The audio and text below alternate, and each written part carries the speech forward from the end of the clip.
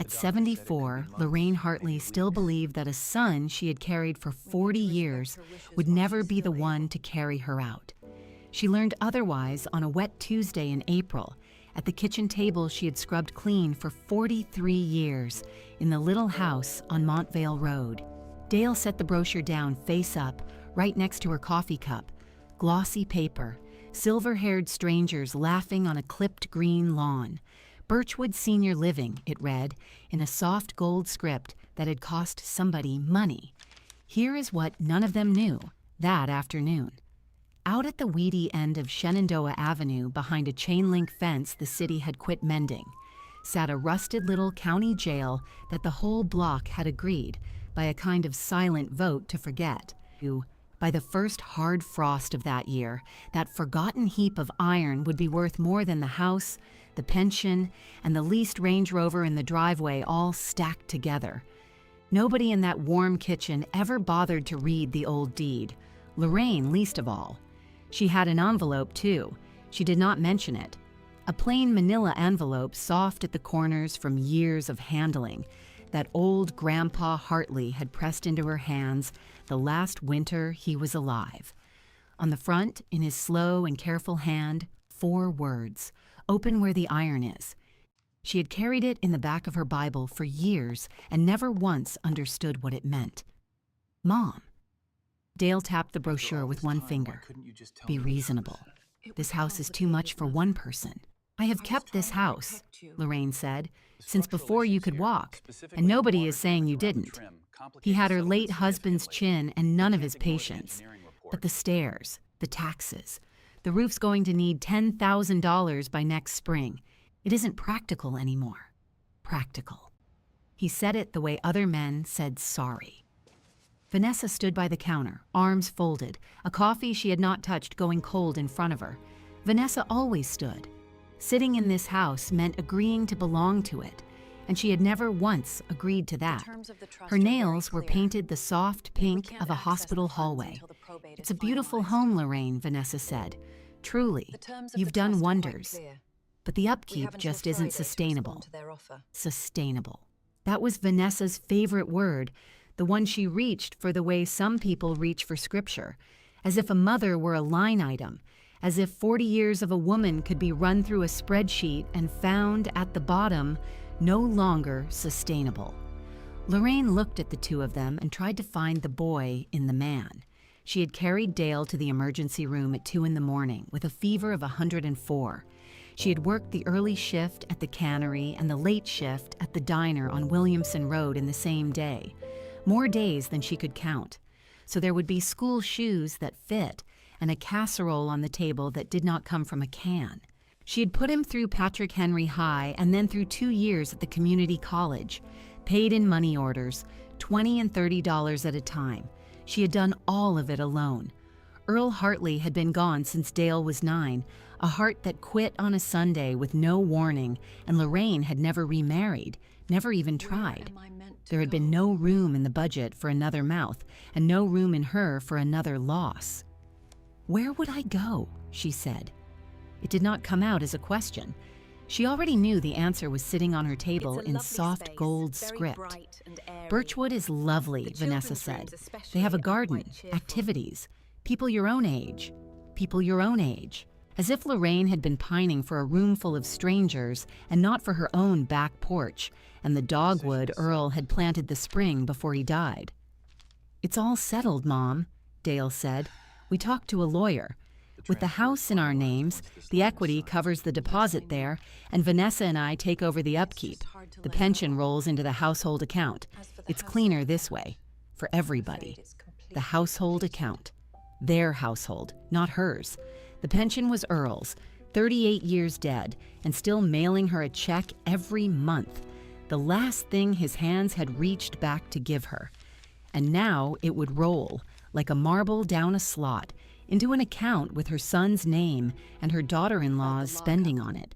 And the building on Shenandoah, Lorraine said quietly. Grandpa's. Dale almost laughed.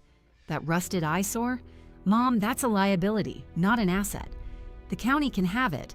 I'm not paying taxes on a pile of scrap so some teenager can break a leg in there and sue us. Let it go, Lorraine," Vanessa said, gentle as a knife sliding into a drawer. "It's an embarrassment, honestly. People drive past it, so that was that. The house, the pension, the dogwood, the porch, and the one thing they did not want, the one thing they could not see any use for, they handed back to the county without a second thought. The way you scrape a plate. Old Grandpa Hartley had loved that jail. He had bought it at a county auction the year the new lockup opened across town, and he used to take Lorraine out there on Sunday afternoons when Dale was small and would not sit still. He would unlock the heavy front door, and the smell would come out at them, iron and dust and old cold stone, and he would stand in that little office like a man surveying an empire. They built this to hold men," he told her once. "Forgot to build a thing that'd hold its own roof up." Then he would wink and add the line he always added, the line nobody ever explained. "The county still owes me a key." Lorraine had asked him 100 times what that meant. He only smiled and said she would know when she needed to. There was one cell back there, cell 3, that he never opened. He had a ring of keys for every other door in that building, big black iron keys that hung on a nail, but not one of them fit cell 3. She had looked. As a young woman, she had stood there and tried every key on the ring, and the lock on cell 3 had stayed shut, and Grandpa had watched her from the doorway with that small, private smile. She thought of all that, standing in her kitchen with a brochure cooling next to her coffee. Then Dale slid a folder across the table, and there was a pen clipped to it, and a little yellow tab that said, "Sign here," and the afternoon stopped being memory and went back to being April. The movers came on Thursday. That was the part Lorraine had not let herself imagine. She had thought, in some foolish corner of herself, that there would be time. A few weeks, a chance to sort through 43 years, one drawer at a time, to decide what was worth keeping. There was no time. Dale had scheduled it. Vanessa had a stager coming Monday, so Lorraine sat in the one kitchen chair they had not yet carried out, and she watched her daughter-in-law go through her life in cardboard boxes. Vanessa worked fast and clean, the way a woman works when none of it belongs to her. The good plates, the ones from Earl's mother, went into a box marked "Donate" without a pause. The framed school photos came off the wall and went face down into a bin. Lorraine's church dresses, her recipe cards, 40 years of them in a wooden box, the handwriting on some of them belonging to women who were long gone. Vanessa held the recipe box up, frowned, and set it on the "Donate" stack. "That one stays with me," Lorraine said. Her voice was steadier than she felt. Vanessa smiled the smile she used on waiters. Of course, she moved it to a smaller box. A kindness, that box. The only one offered all day. In the front room, Dale was on his phone, pacing, talking to someone about the closing date and the title company and whether the appraisal had come back. He did not lower his voice. He talked about his mother's house the way he might have talked about a used truck he was flipping, and he did not once look at the woman sitting in the kitchen chair who had taught him how to count. There is a particular cruelty in being handled politely by your own child. It is quieter than shouting. It leaves no marks anybody else can see. Lorraine asked for one thing. She went to the bedroom that was already half emptied, and she took her Bible off the nightstand before Vanessa could box it, and she slid the soft manila envelope out of the back of it and held it against her chest. "Open where the iron is." She did not know yet that it was the only thing in that house worth $1. She only knew Grandpa had given it to her, and that nobody had thought to ask her about it, and that for now, it was hers. By late afternoon, the curb in front of the house on Montvale Road held one cloth suitcase, a small leather handbag, and Lorraine Hartley in her beige cardigan, standing very straight, the way her own mother had taught her to stand at funerals. Dale walked her out. To his credit, he carried the suitcase the 8 feet from the porch to the curb, and then he set it down, and the carrying was over. "Birchwood can't take you till the 1st, he said, not quite meeting her eyes. Vanessa called her sister. "You can stay in their spare room for a couple weeks. It's just till the paperwork clears, Mom." Her sister, Lorraine repeated. A woman she had met twice, A spare room across town in a house where she knew no one's name. The trust It's stipulates that temporary, the assets are Dale frozen said. until the probate Everything is clears, temporary, which Lorraine should thought. be within the next Marriage, 90 days. a roof, a boy's whole childhood gone by in the time it takes to wash 43 years of dishes. She did not say it. There was no use spending good words on a closed door. Vanessa was already in the passenger seat of the Range Rover. Sunglasses on, though the sky was the color of a wet dish rag, thumbs moving across her phone. She did not get out. She lifted one hand in a little wave through the glass, the kind of wave you give a neighbor you are hoping not to talk to, and then she went back to her screen. Dale pressed 2 folded $20 bills into his mother's hand, $40, the exact amount near enough that she used to leave on the counter for his lunches and his haircuts all those years ago. She doubted he remembered. She closed her fingers around it and felt something in her chest go very quiet and very cold. "I'll call you," he said. "I know the kind of call," she said. Not cruel, just true. The Mother's Day call. The call that comes when it is easy and never on a Tuesday when it is not. He had the decency to look away. Then the doors shut with that expensive padded sound, and the Range Rover pulled off the curb and rolled down Montvale Road, past the dogwood Earl had planted, past the porch she had swept 10,000 times, and around the corner, and was gone. Lorraine Hartley stood alone on the curb in the gray light. One suitcase, a handbag, $40, and an old soft envelope marked in a dead man's hand, telling her to open it somewhere she had not yet gone. She looked down Montvale Road one way, toward the spare room across town and the sister whose name she could not hold. Then she looked the other way, west toward the low industrial end of the city, toward Shenandoah Avenue, where a rusted heap of iron sat behind a fence the county had stopped mending, waiting on a woman with a key it still owed. She picked up the suitcase. It was lighter than she expected, a whole life, and it weighed almost nothing at all, and she began slowly to walk. The light was going out of Roanoke by the time she reached the bottom of Montvale Road. She walked the way old women walk who have somewhere to be and no car to carry them there. Small, steady steps. The suitcase switched from one hand to the other every block or so when her fingers began to ache. Norwich fell away behind her, the tidy little houses with their porch lights coming on one by one, the smell of somebody's supper drifting out a kitchen window, and she did not look back at any of them. A woman who looks back at a closing door only gives the door the satisfaction. It is a long way on foot from the quiet end of Norwich to the low industrial flats off Shenandoah Avenue. Lorraine had driven it 100 times in Earl's old Ford and never once thought about the distance. On foot, it became a different city. The sidewalks buckled and gave out and started again. Cars slowed beside her and then thought better of it and drove on. She crossed the bridge over the Roanoke River as the water below turned the color of pewter, and she stopped in the middle of it, just for a moment to set the suitcase down and rest her hands on the cold rail. Off to the east, the great star on top of Mill Mountain came on all at once, the way it did every evening at dusk, red and white against a sky going purple. Lorraine had watched that star come on for 74 years. As a girl, she had believed, the way children do, that it was lit just for her. A little lighthouse hung over the whole valley to tell her she was home. She looked at it now over the rooftops and the rail lines, and it told her nothing. It only burned, the way it always had, for everyone and for no one. She picked the suitcase back up and went on. The closer she came to Shenandoah Avenue, the more the city forgot itself.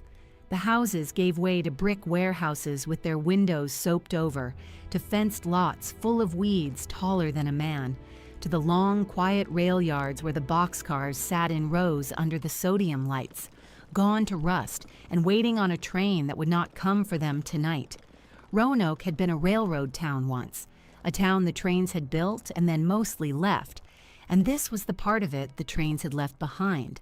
Lorraine knew the feeling. She had been left behind by something larger than a railroad, and only that afternoon. By the time she turned onto Shenandoah Avenue itself, full dark had come down, and she was tired in a way that went past her legs and into the middle of her. She had eaten nothing since the morning coffee that Dale had set the brochure beside. The $40 was still folded in her cardigan pocket.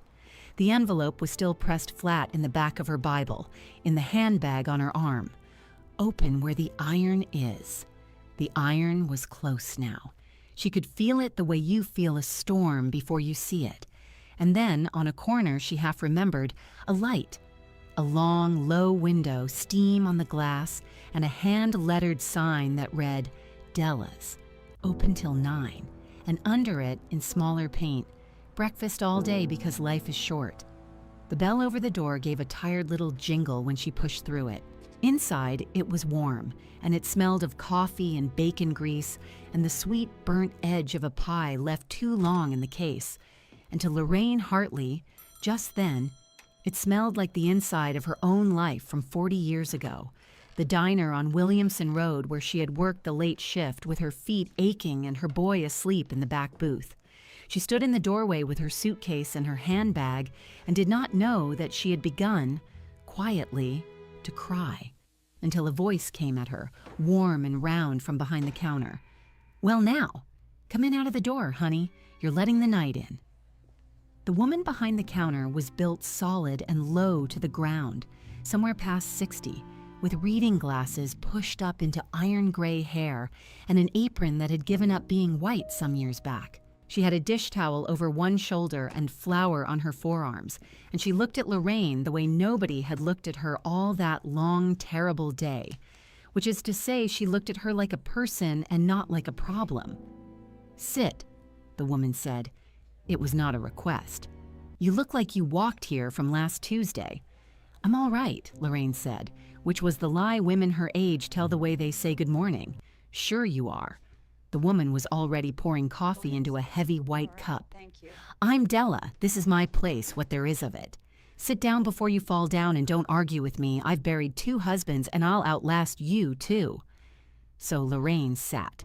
She set the suitcase by her feet and the handbag on her lap, and she wrapped both hands around the hot cup, and for a little while she did not say anything at all, because she did not trust what would come out if she opened her mouth. Della did not push. That was the kindness of her. She slid a plate of eggs and toast and home fries across the counter that Lorraine had not ordered and could not have paid the full price for, and she said, On the house. First time's always on the house, in a tone that did not leave room for pride, and she went back to wiping down the grill and let the old woman eat in peace. It was the best food Lorraine had ever tasted. It is always the best food when it comes from a stranger's hands on the worst day of your life. When the plate was clean and the shaking in her hands had quieted, Della came and leaned her elbows on the counter across from her, and she said simply, Now. Who put you out? Lorraine looked up, startled. Honey, I've been feeding this corner 30 years, Della said. I know a woman who's been put out of her own house when she walks through my door. You've got the look. Suitcase you packed in a hurry and a face that's still deciding whether to be angry or just broke in two. So, who was it? Husband? My son, Lorraine said. The 2 words came out small and cost her everything. Della was quiet a moment.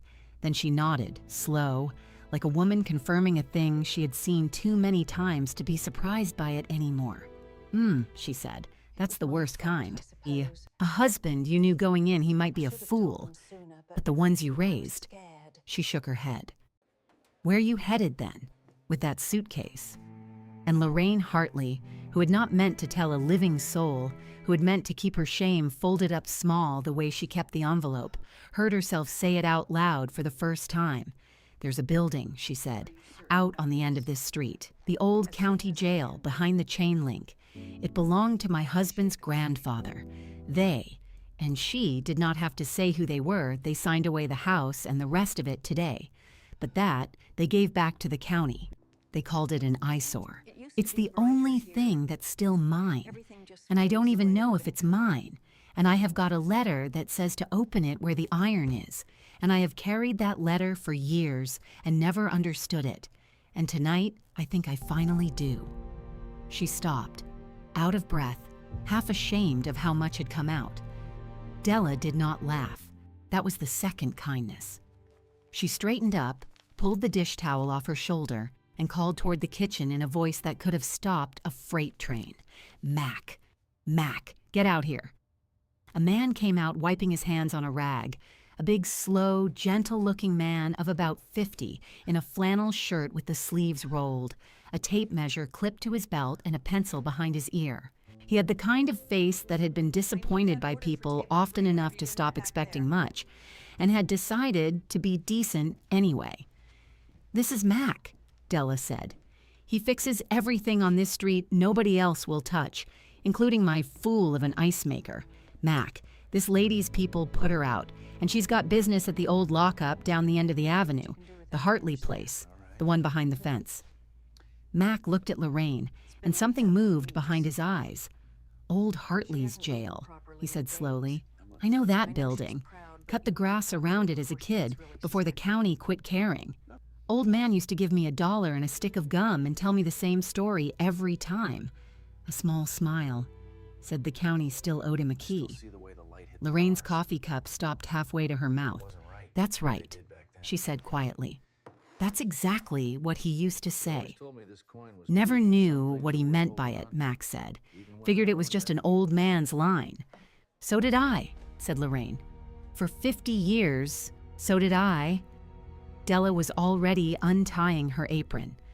"Well," she said, in the brisk voice of a woman who has made up her mind and considers the matter closed, "you're not walking down there alone in the dark, and that fence has got a gate that Mac here can open in his sleep, and you've got that letter burning a hole in your pocketbook.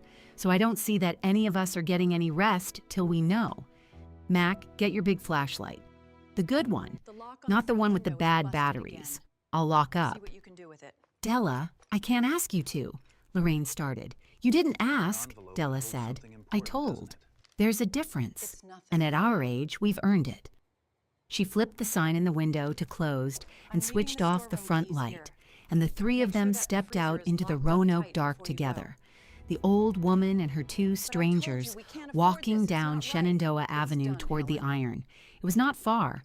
A few hundred yards down, past a shuttered welding shop and a lot full of pallets, the chain-link fence began sagging and rust-eaten, leaning over the sidewalk like a tired man. And behind it, low and square and black against the city glow, sat the thing the whole block had agreed to forget. The old county jail was smaller than memory had made it. One story of dark brick and barred windows, a flat roof with the gutter hanging off one corner, a heavy iron door gone the deep brown orange of long neglect. Vines had got up the north wall. A scrub tree had pushed its way through a crack in the front step. It looked like exactly what Dale had called it, a pile of scrap, a liability, an embarrassment that people drove past. Lorraine Hartley stood at the gate and looked at it, and her heart did something complicated. "That's the one," Max said softly, playing the flashlight beam up the brick. "Hasn't changed. They don't build them like this to fall down. They build them to outlast everybody who ever doubted them." He went to the gate. There was a padlock on it, but it was the county's padlock, cheap and rusted, and the chain it held had corroded half through years ago. Mac took a pair of channel lock pliers from his back pocket, worked the weakened link a moment, and the chain came apart in his hands as gently as an old promise. The gate swung in with a long, complaining groan. "After you," Mac said. "It's your iron." Lorraine stepped onto the cracked walk. From her handbag, she had already taken the ring of keys. The big black iron keys she had carried out of the Montvale house without quite knowing why. Grandpa's keys, the ones that had hung on a nail in this very building when she was a girl. They were heavy and cold in her hand. She went up the 2 stone steps to the great iron door, and she found the largest key, and she fit it into the old lock. It did not want to turn. 50 years of rust and weather had set it. She put both hands on it, and Max started forward to help, and Della said, "Let her," in a low voice, and Max stopped. Lorraine Hartley set her teeth and turned the key with everything a 74-year-old woman had left in her 2 hands. The lock gave. The bolt drew back with a deep iron thunk that she felt in her wrists. and the heavy door swung inward, and the smell came out at her in the dark exactly as it had come out at her on those Sunday afternoons 60 years gone. Iron and dust and old cold stone, the smell of the inside of her own childhood, and somewhere underneath it, fainter, the smell of a thing that had been waiting a very long time for someone to come back and claim it. Lorraine stood on the threshold with the envelope in her handbag and the flashlight trembling a little in Mac's steady hand behind her. "Well," Della said quietly, at her shoulder. "Go on, honey. You came all this way." And Lorraine Hartley stepped through the door into the iron to open the thing she had carried unopened for half her life. The inside of the old county jail was colder than the street had been, the way stone is always colder than the night around it, holding on to the chill of every winter it had stood through since before Lorraine was born. Mac came in close behind her with the good flashlight and swept the beam slow around the room, and the dark gave up its furniture one piece at a time.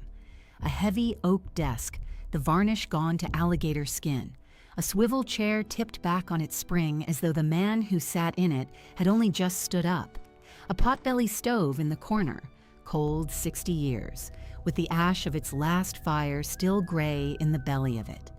A row of iron pegs on the wall, and on the last peg, a hatband with no hat. A paper calendar yellowed to the color of weak tea, turned to a month in a year that nobody in that room had been alive to see the end of. And at the back of the room, past all of it, a second door, barred this time, iron straps and a flat black lock, the door that led back into the cells themselves. Della came in last and stood just inside the threshold with her arms folded into her cardigan against the cold, and she said, very low, the way people lower their voices in a church or a sick room, Lord. They just locked the door on it and walked off and let it sit. She ran a finger along the top of the desk and looked at the gray of it on her skin. 30 years I'd been 400 yards up the street, and I never once knew there was a whole little world in here just waiting on somebody. It was waiting on her, Mac said simply, and set the flashlight upright on the desk so the beam threw a wide circle up onto the ceiling and filled the whole room with a soft, borrowed light, the way a lantern does. "Sit down, Mrs. Hartley. Take your time. Nobody's rushing you out of this one." So Lorraine sat down in the cracked leather chair behind her husband's grandfather's desk, in the cold and the quiet and the smell of all those years, and she set her handbag on the blotter, and she took out the Bible. It was an old one, the cover soft as cloth from handling, and the gold gone off the edges of the pages.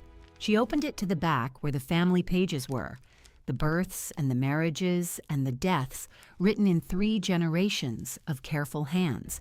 And from between those pages she drew the envelope.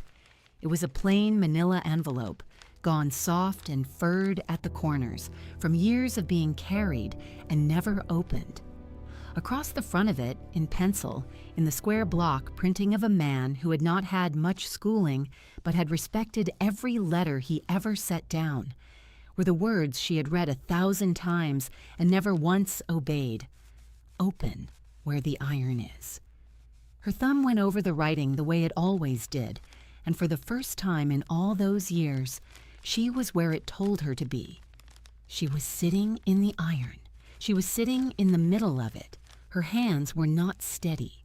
She got a finger under the flap and worked it loose, the old glue giving up without a fight, and she tipped the envelope and 3 things slid out onto the green blotter in the lantern light. A folded letter, a small brass key, no longer than her thumb, on a loop of dirty string, and a square of stiff legal paper, folded in 3, with the gray ghost of an official stamp showing through from the inside. Della took 1 step forward and then stopped herself, because some things a woman has to come to alone, and she knew it. Lorraine took up the letter first. It was a single sheet, both sides, in that same square pencil hand, and she held it up into the light, and she read it, and because her own voice had gone somewhere she could not reach just then, she read it out loud, slow, so the other two could hear. So the building itself could hear. So the man who wrote it could hear if any part of him was still close enough to the iron to listen. To my Lorraine, she read. If you are reading this, then I have gone on, and you have done what I asked and brought yourself to the only place that was ever truly mine. I am sorry it had to be a letter. I never could say the big things out loud. You were the best of what came into this family. You married my grandson and you worked yourself to the bone for that boy of yours, and you never once asked for a thing back. And I watched you do it. And I made up my mind a long time ago that when the rest of it got carved up and fought over, as I knew it would be, there would be one thing they could not get their hands on, because it would already be yours, and it would have been yours for years, and there would not be a thing in this world they could do about it. Lorraine's voice caught, and she breathed, and she went on. I told you to open it where the iron is because a paper like this you do not read at a kitchen table. You read it standing in the middle of what belongs to you. This building is yours, not the family's, not the county's, whatever they may try to tell you.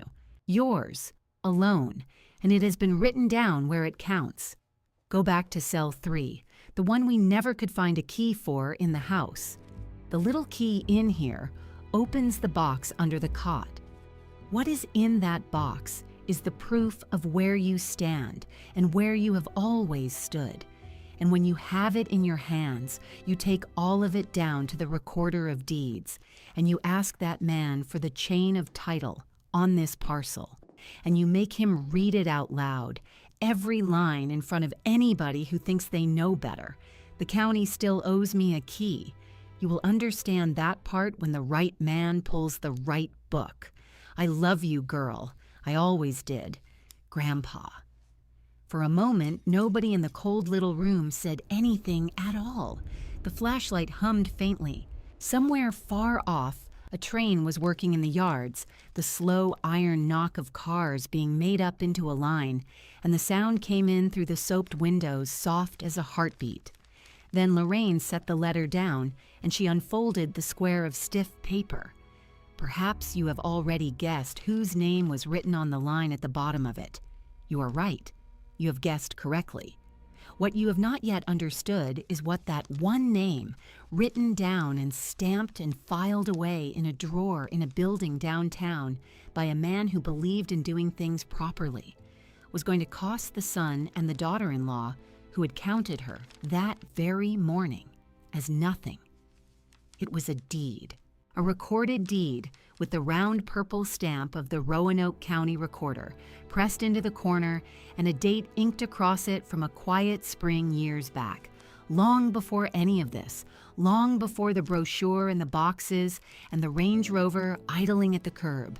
The legal words ran down it in the dense gray type of such papers, the meets and the bounds, the parcel and the plat, the language that nobody reads until the day it is the only thing standing between them and the street.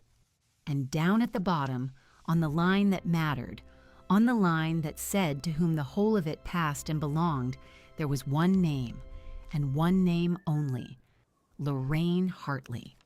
Not Dale, not the estate, not the Hartley family to be split and signed and argued over a kitchen table.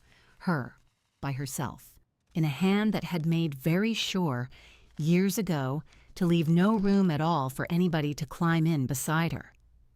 That's recorded, Max said quietly, leaning to look, and there was something like wonder in his slow voice. That stamp. That's the county's own seal, Mrs. Hartley. That's not a wish or a will somebody can break. That's filed. That's the law's own copy of who this belongs to, and it says you, and it said you for years. He straightened up and rubbed the back of his neck and let out a breath. They didn't give this away today. They couldn't have. It was never theirs to give. They didn't even know, Della said softly. They called it that rusted eyesore, and they handed it back to the county to be rid of it, and the whole time the county's own books already had her name on the deed. She put her hand flat against her chest. Oh, honey. They threw away the one thing that was solid gold because it had a little rust on the outside. Lorraine did not say anything yet. She was looking at her own name in the lantern light. 3 letters of given name and the surname she had carried for over 50 years. And she was thinking of all the casseroles and all the double shifts and the boy asleep in the back booth of the diner on Williamson Road, while she wiped down tables at midnight, and she was thinking that somebody, one person in all the long history of this hard family, had seen all of it and written it down where it could not be taken back. Then she folded the deed along its old creases, careful as folding a flag, and she set it inside the Bible. And she stood up, and she said, in a voice that had come back to her now and had a new iron in it that matched the building, "Cell 3." They went back through the barred door together. Mac worked it with one of the big black keys off Grandpa's ring, and it gave with the same deep thunk the front door had. And beyond it, the cells opened up in a short row. 3 of them, iron bars floor to ceiling, the paint flaked off in long curls. 2 of the cell doors hung open on their hinges, the way they had been left the day the place was shut. The 3rd was closed. The 3rd was locked. Cell 3, the one whose key had never once turned up in any drawer or any box in the house on Montvale Road. The small mystery that had sat in the back of the family's mind for half a century, and then been forgotten with everything else. Mac went down the ring 1 key at a time, trying each in the flat old lock, and the 4th one bit and turned, and the door of cell 3 swung open with a shriek of hinges that had not moved since before the boy Lorraine raised was born. Inside, there was nothing but a narrow iron cot bolted to the wall, the canvas of it long rotted away to a few gray threads, and the frame furred orange with rust. Lorraine got down slow, the way a woman of 74 gets down to the floor, with Mac's big, careful hand under her elbow the whole way. And she put her hand into the dark underneath the cot, into the cold and the dust and the dead spiders, and she felt cold metal corners, and she drew it out into the light. It was a strong box. Black iron no bigger than a bread loaf, heavy as a stone for its size, with a flat lock plate on the front of it, eaten brown with age. And it fit. Of course it fit. The little brass key on its loop of dirty string fit the lock as though the 2 of them had been cut from the same morning, and Lorraine turned it, and the lid came up on a hinge, stiff with 60 years of waiting. There were 2 things inside. The first was another deed, older than the one in the envelope, far older, the paper of it gone the brown of an autumn leaf and soft as a moth's wing, and across the top of it in the curling official script of another century were the words, she leaned close, "To read by Mac's light, a record of public auction." The night, long ago, in the year 1961, when the county had sold off the little decommissioned lockup on Shenandoah Avenue to the only man who had thought it worth a single honest dollar, a young man named Hartley, who had stood up in a near-empty room and bought himself a pile of cold iron that everybody else in the county had already agreed to laugh at. The original, the very first paper. The beginning of the whole long thread that ran straight down 60 years and ended at the name stamped in purple in her Bible. And lying on top of the old auction deed, small and round and worn nearly smooth, was a single coin. Lorraine picked it up. It was a silver coin, old, the face of it rubbed almost featureless by years and years of a thumb passing over it.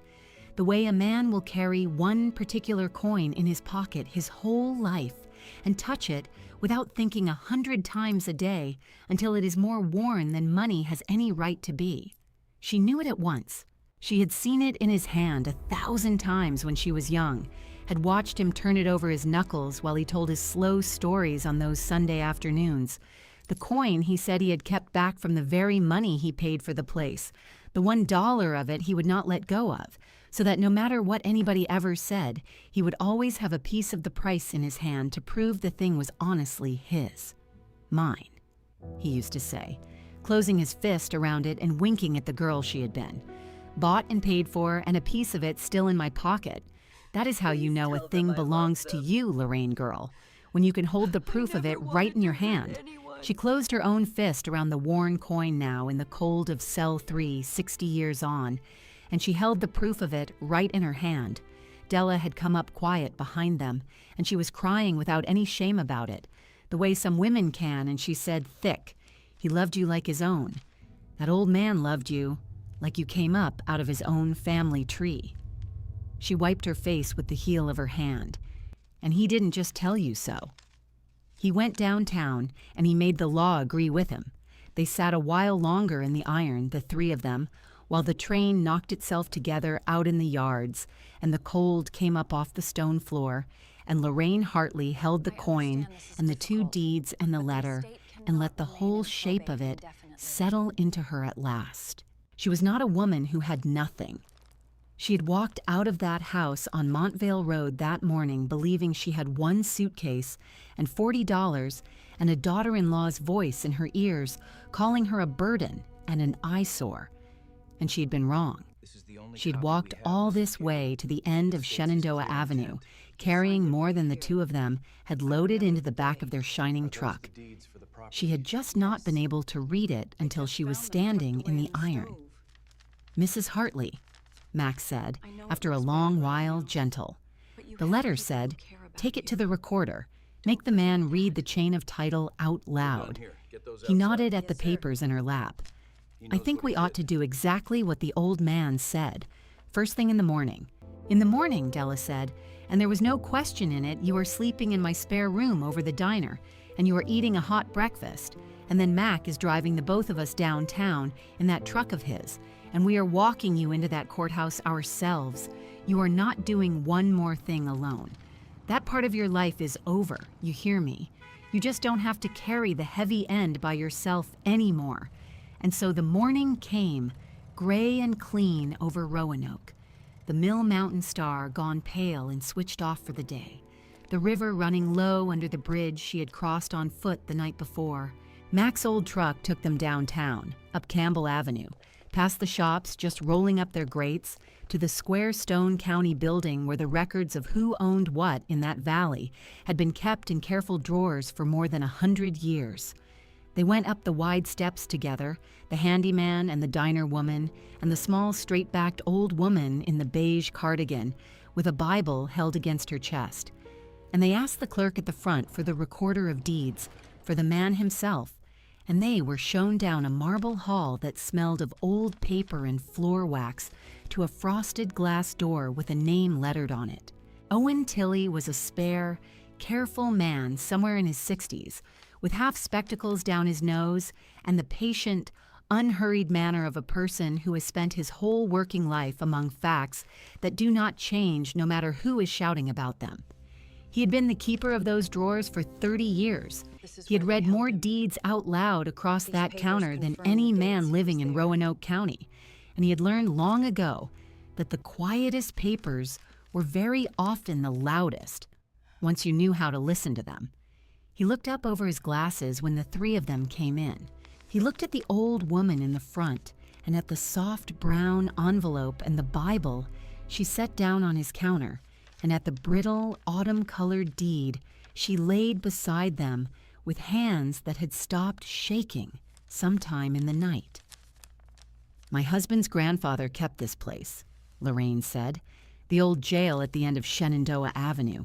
My family signed away the house and the rest of it yesterday, and they gave that building back to the county and called it an eyesore. And my grandfather left me a letter that told me to bring all of this to you and to ask you for the chain of title on that parcel and to have you read it out loud." Owen Tilley did not say anything right away. He drew the old auction deed toward him by its very edges, the way a man handles something he respects, and he tipped his glasses and looked at the date on it. And then he looked at the purple stamp on the recorded copy that came out of the envelope, and something moved in his careful face, some quickening of attention, like a man who has been handed an ordinary-looking stone and felt through his fingers that it is a great deal heavier than a stone has any right to be.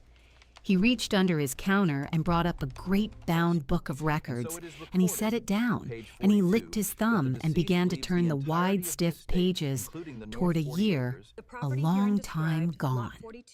Mrs. Hartley, he said without looking up, in the level voice of a man who has just seen the first line of something and already knows it runs a long way down. I think you had better sit down. The three of you. This is going to take me a few minutes to lay out properly. He found the page he was hunting and flattened the book open under his hand and ran one finger slowly down a column of entries. And when I am done, he said, I do not believe the people who put you out yesterday are going to like a single word of it.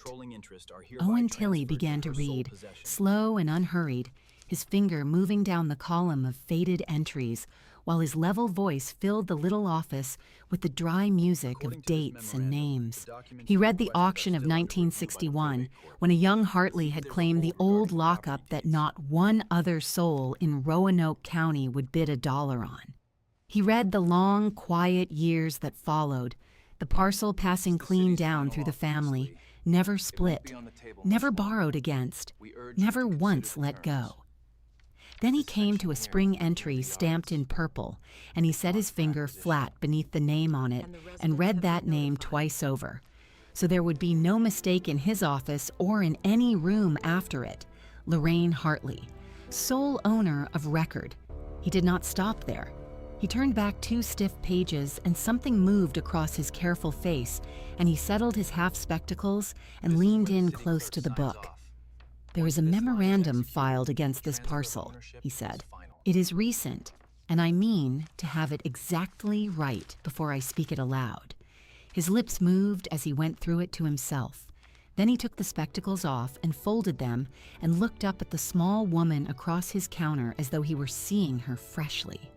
Mrs. Hartley. The city's redevelopment authority has carried a standing offer on this entire block for the better part of 3 years now. The whole stretch at the foot of Shenandoah Avenue, down along the rail yards. They have optioned every lot on it, signed every owner on it, every owner but one. He let the quiet hold a moment. Yours. The old building sits dead in the center of the thing. They cannot close their assemblage without it. They cannot turn a single spade of earth until the owner of that one rusted lockup sets a name to a line. And the figure they have left, standing open, waiting all these years for an owner who never once answered their letters, is a good deal more than the house on Montvale Road and the pension and that gleaming truck at your curb, all of it heaped together and doubled over. The office went very still. Mac let a low whistle out through his teeth. Della pressed the back of her hand to her mouth. And Lorraine Hartley, who had carried the secret of a worn silver coin in her closed fist all down a cold night, understood at last the small riddle the old man used to set her on those Sunday afternoons, the one about the county and a key that the whole family had long ago laughed off as foolishness. He had not been talking foolishness. He had seen from years away that a day would come when somebody with money would want this whole forgotten street, and he had made certain the one key that opened it would lie in the hand of the only person he had ever fully trusted to keep it. They had owed him that key for 60 years. Now they owed it to her. She did not weep over it, and she did not crow. She only asked Owen Tilley, in the low, steady voice that had come to her in the dark, to send a single registered letter. 2 days on, the Range Rover came nosing down Shenandoah Avenue through the weeds, and Dale and Vanessa Hartley climbed out of it into the long grass, dressed for some occasion they had not rightly understood, expecting to sign away a nuisance or collect a last scrap. They found the great barred door standing open. They found their mother inside the cold office, a dented kettle ticking on the old stove, 3 mismatched cups set out on a table she had wiped down with her own 2 hands. "Sit," Lorraine said. "I have already poured."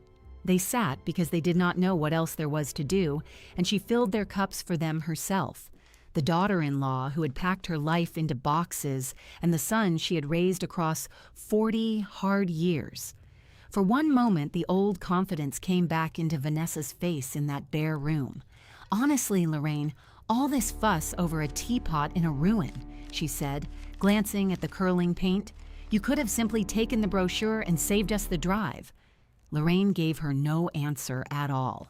She slid 2 papers across the table in its place, the brittle auction deed gone soft and brown with age, and the recorded copy with its purple seal. And she gave one small nod to Owen Tilley, who stood quiet by the bars with his hands folded in front of him. Tilley read it out into the cold air. Title conveys solely to Lorraine Hartley. The house on Montvale Road was jointly held and is not yet settled. That parcel was deeded apart and recorded apart, more than 60 years gone. He looked up over the rims of his glasses. This was never theirs to forget. Dale's mouth came open, and nothing at all came out of it. He looked at the seal, and at the old date, and at his mother's folded hands, and the color drained slowly out of his face, and he said not one word, because there was not one word left in him that the paper had not already spoken first. Vanessa reached for the deed, and Tilley drew it gently back from under her fingers and slid it into his case. After that, the county moved, in no hurry at all. A clerk at the Roanoke Circuit Court stamped a hold across the house transfer before the ink of it had fairly set.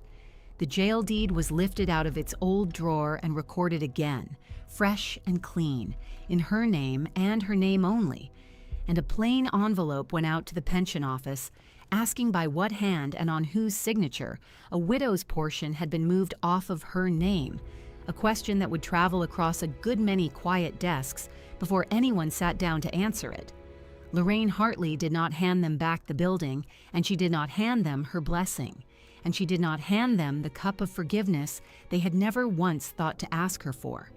She let the 2 of them walk back out across the weeds to their truck with their hands as empty as they had come. Mac changed the lock that same afternoon, a new brass padlock as heavy as a fist, and beside the door he fixed a small painted placard the diner had lettered out for her.